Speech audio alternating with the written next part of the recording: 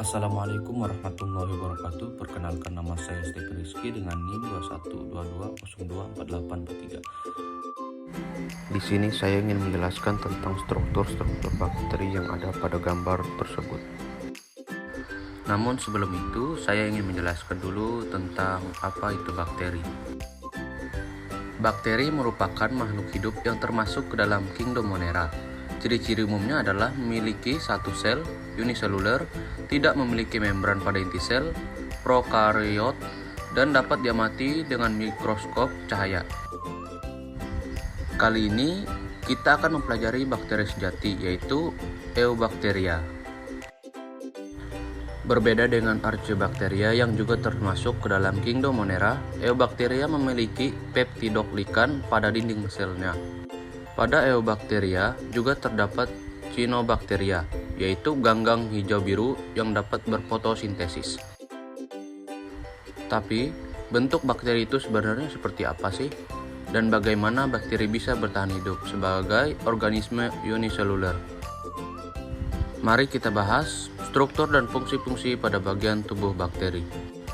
Jika kita perhatikan gambar tersebut, kita bisa membagi struktur pada bakteri menjadi dua, yaitu struktur luar dan struktur dalam. Struktur luar terdiri dari dinding sel, kapsul, membran sel, flagella, dan villi. Sementara itu, struktur dalam terdiri dari sitoplasma, nukleoid, ribosum, dan plasmid.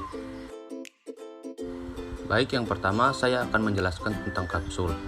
Sel bakteri dapat menghasilkan lendir ke permukaan selnya. Lendir tersebut tersusun dari air dan polisakarida dan biasanya terdapat pada bakteri saprofit. Lendir yang terkumpul kemudian menebal dan membentuk kapsul yang tersusun atas glikoprotein. Kapsul dan lapisan lendir berfungsi sebagai lapisan pelindung, menjaga sel dari kekeringan, membantu melekatkan diri pada substrat, dan menunjukkan virulensi suatu bakteri. Kapsul pada bakteri patogen juga berfungsi untuk perlindungan diri dari sistem imun sel inang. Kemudian saya akan menjelaskan tentang dinding sel. Dinding sel pada Eubacteria tersusun dari peptidoglikan, yaitu sejenis polisakarida yang berikatan dengan protein. Serupa dengan kapsul, dinding sel juga berfungsi sebagai lapisan pelindung dan juga untuk mempertahankan bentuk sel bakteri. Berdasarkan lapisan dinding selnya, ahli bakteriologi asal Denmark Hans Christian Gram mengelompokkan bakteri menjadi dua, yaitu bakteri gram positif dan bakteri gram negatif. Bakteri gram positif memiliki lapisan peptidoglikan tebal yang akan berwarna ungu jika diberi pewarna gram. Sementara itu, bakteri gram negatif memiliki lapisan peptidoglikan yang tipis dan akan berwarna merah atau merah muda jika diberi pewarna gram. Selanjutnya saya akan menjelaskan tentang membran sel atau membran plasma.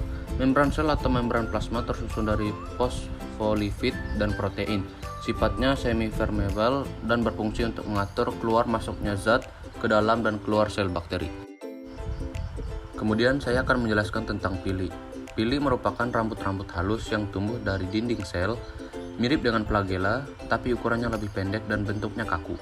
Fungsinya adalah untuk membantu perlekatan pada substrat dan penyaluran materi genetik pada saat konjugasi.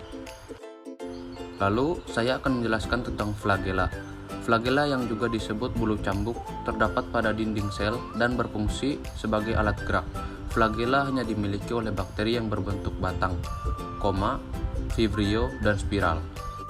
Selanjutnya saya akan menjelaskan sitoplasma. Sitoplasma merujuk kepada cairan tidak berwarna yang tersusun dari air, bahan organik, protein, karbohidrat, lemak, garam mineral, enzim, ribosum, dan asam nukleat. Sitoplasma merupakan tempat terjadinya reaksi metabolisme pada bakteri. Selanjutnya ribosum. Ribosum adalah organel kecil yang berfungsi sebagai tempat terjadinya sintesis protein. Kemudian nukleoid. Nukleoid adalah nukleus semu tempat berkumpulnya DNA kromosomal bakteri. Dan yang terakhir adalah plasmid. Plasmid berfungsi dalam rekayasa genetika sebagai vektor yang membawa gen asing yang ingin disisipkan pada bakteri. Mungkin itu saja yang dapat saya sampaikan. Terima kasih sudah menonton.